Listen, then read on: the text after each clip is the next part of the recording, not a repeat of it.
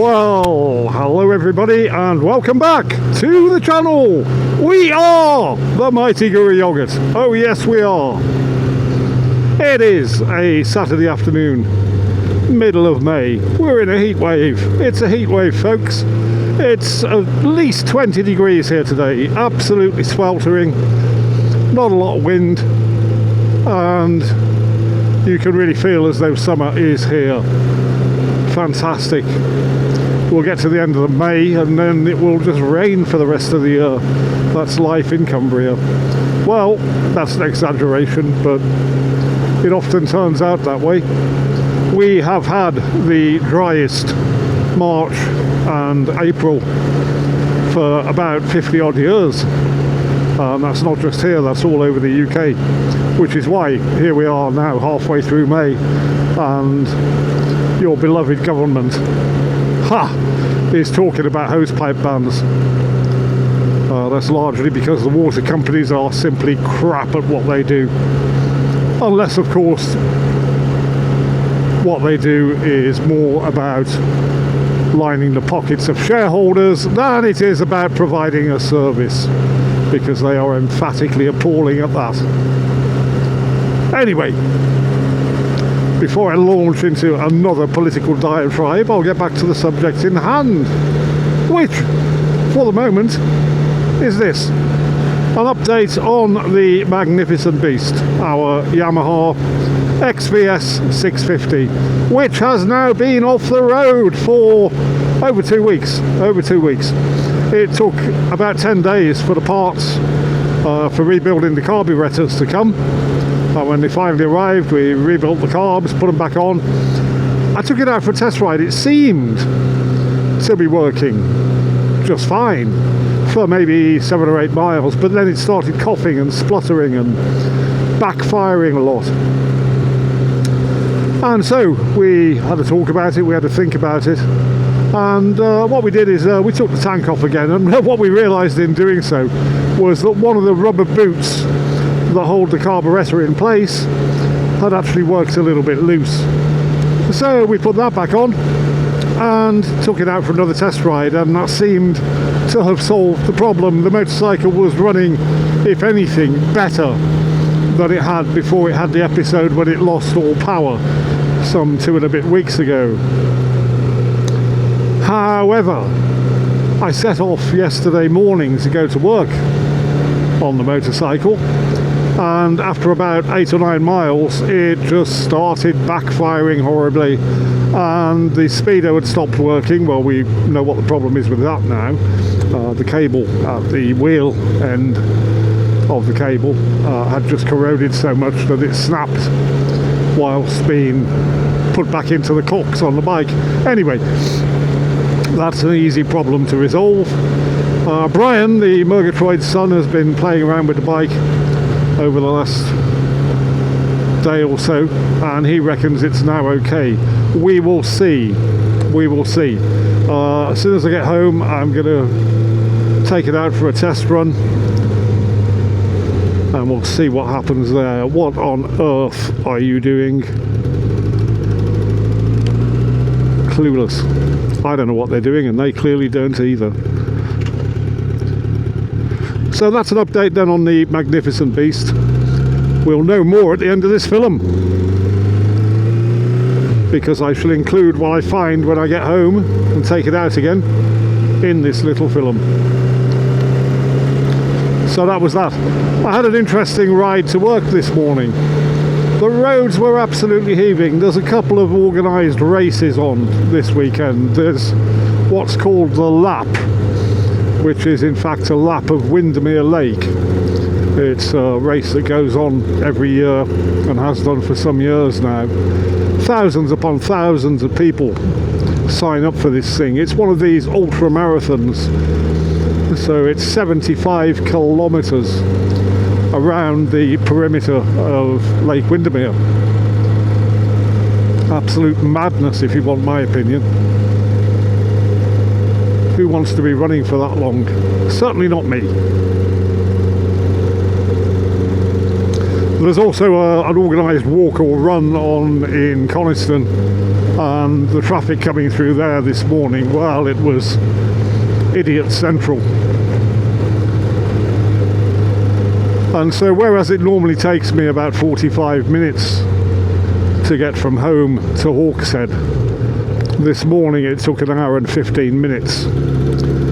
There was one particularly amusing episode just at the top of this hill up here, where the bus, single-decker bus, was coming from Coniston down towards Hawkshead, and it got to the crest of the hill, and there were 4 befores waiting to get past. All 3 of them had to reverse, and it was quite comical. None of them were quite able to do it. It took about 10 minutes.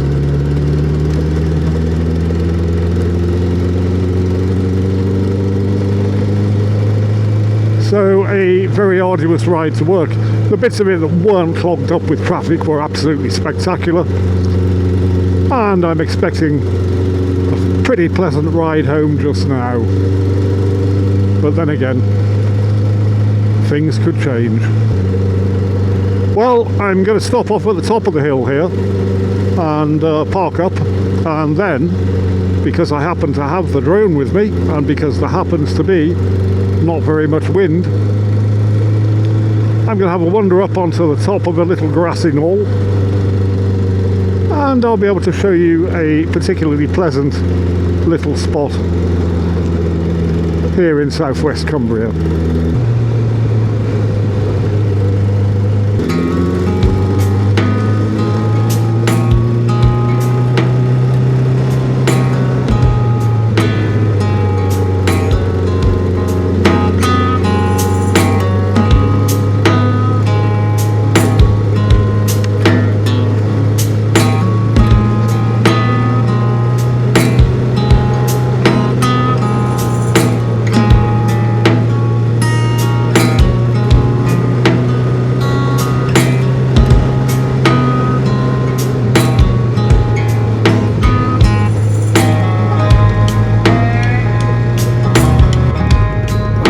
This is the spot just here.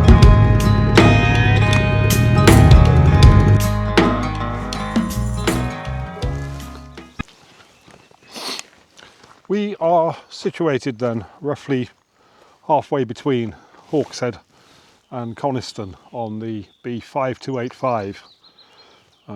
The very top of Hawkshead Hill there is a little turning here which brings you to this gate. If you go through this gate, you can go up the hill here onto the top of the little grassy knoll, and you get a fabulous view out over the Coniston range of mountains, and you can see down to the lakes, which are known locally as Tarn. It's a baking hot day, as I've already said. Thank you. And so I'm not doing any walking that I don't have to do. We're just going to go and have a look around.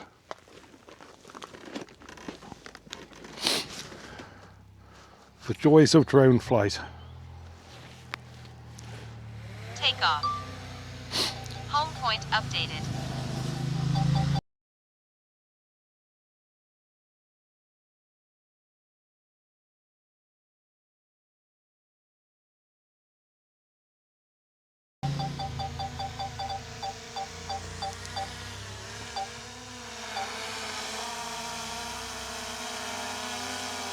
So we'll head up over the top of the grassy knoll. Let's gain some height so we make sure we clear it.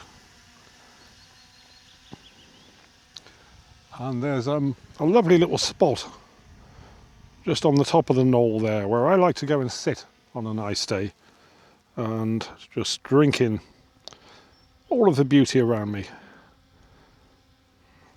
So over to the left there, well, it's now in the middle, you can see one of the lakes that makes up Tarn. We're going to have a closer look. There is a footpath that goes all the way around the lakes, and when it's not too bakingly hot, it's actually a very pleasant walk.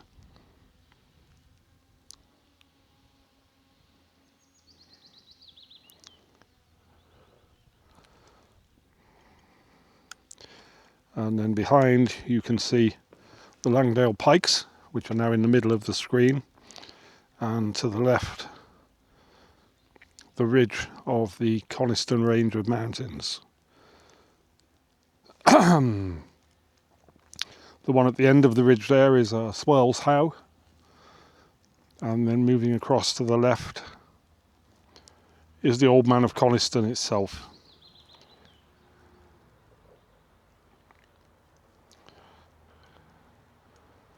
And then nestled underneath, a little river that leads into the lake.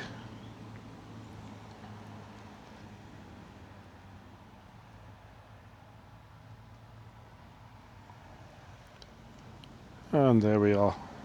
If you go further along the path at the end of the lake, there is another lake there as well. So if you're passing this way, it really is well worth a visit.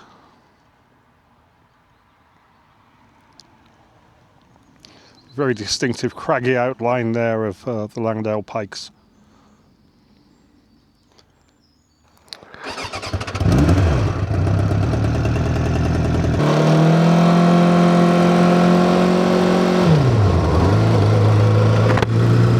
Well, that was a nice little interlude, wasn't it?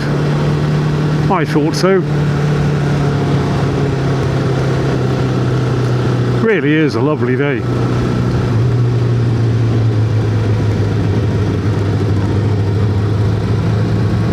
We are heading now down the other side of the hill, and in a few short minutes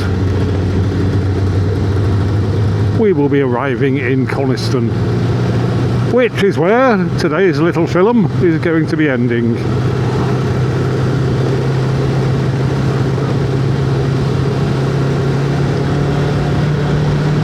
But before we get to Coniston, we have this very nice, interesting little bit of road to do first, which contains some quite serious bends that would maybe cause a problem or two to the unwary.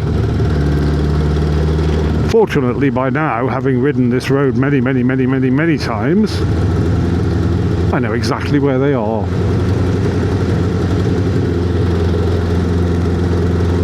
But, you know, familiarity breeds content.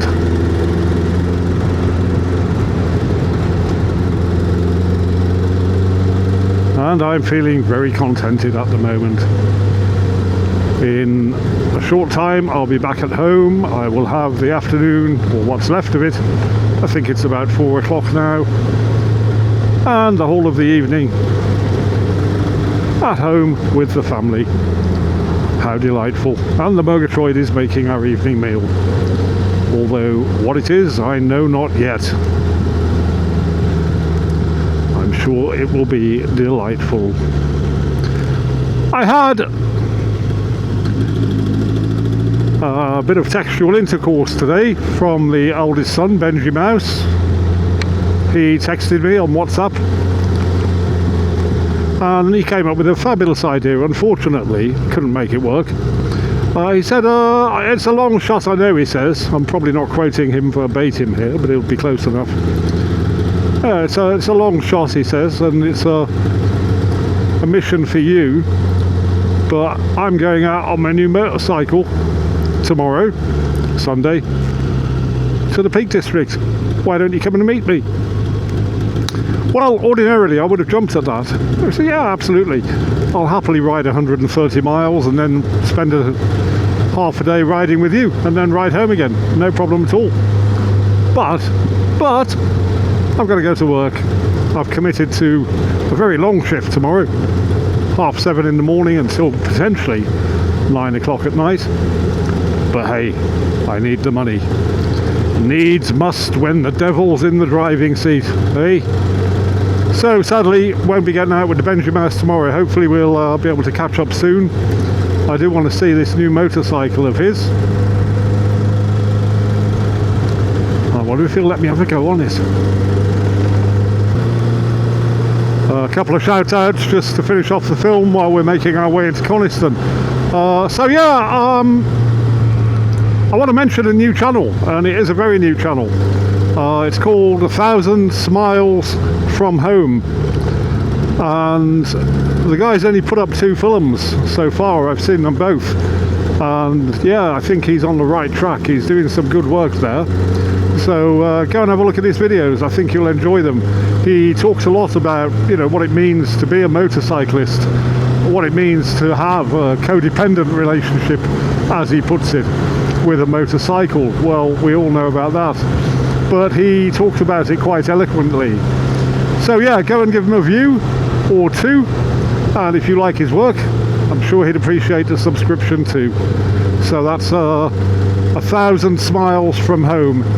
I'll try to remember to put it up on the screen when I get to editing. Shout out also to Swenglish Steve, English guy out in Sweden with his Vulcan. He's doing some interesting work lately. Now his bike is back out of storage for the winter. Yeah, I thoroughly enjoyed your last one, Steve. Keep it coming.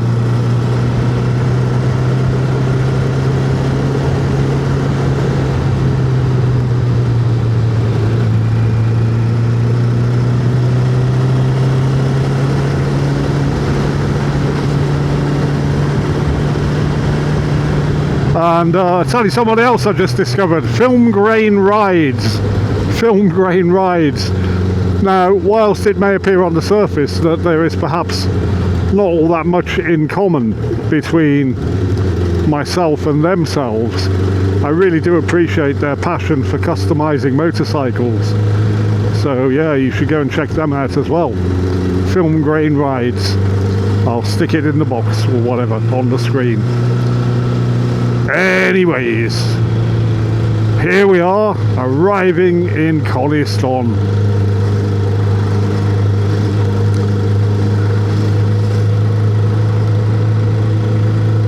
And so I would like, if I may, to proffer my thanks for taking the time to watch this little film. I really do appreciate it. Yes, I do. And if you've enjoyed it, why not consider subscribing if you haven't already done so? And then you'll find out when I put new stuff up, which, as I might mention, is every bloody day. Oh yes, we are nothing if not prolific. Here we are at the Spar shop in Coniston.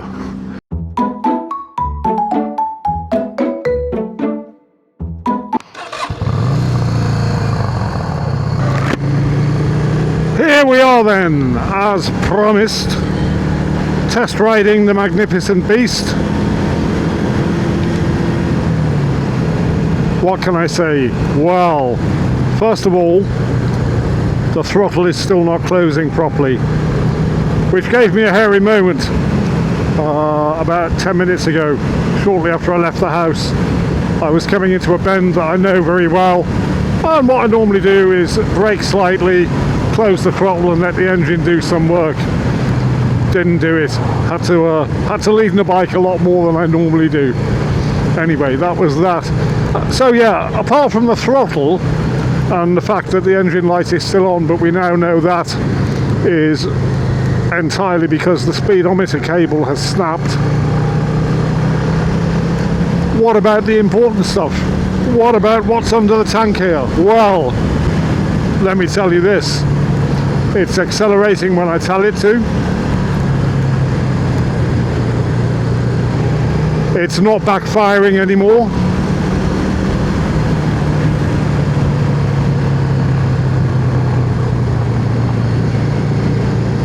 And it's sounding absolutely spot on. So I think that once I've got the new speedo cable and the 2 new throttle cables, one push, one pull, I think it's pretty much clear that the push one is the problem. We'll change them both at the same time. I think once we get those done, and that's probably going to be Tuesday, the magnificent beast will be riding around with a clean bill of health, which makes me extraordinarily happy. Oh, the joy! Oh, the happiness! The nightmare is over.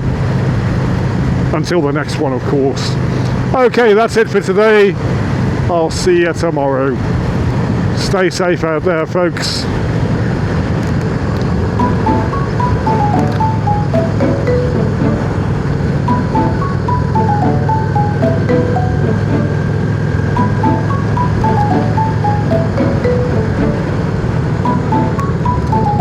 Stop recording.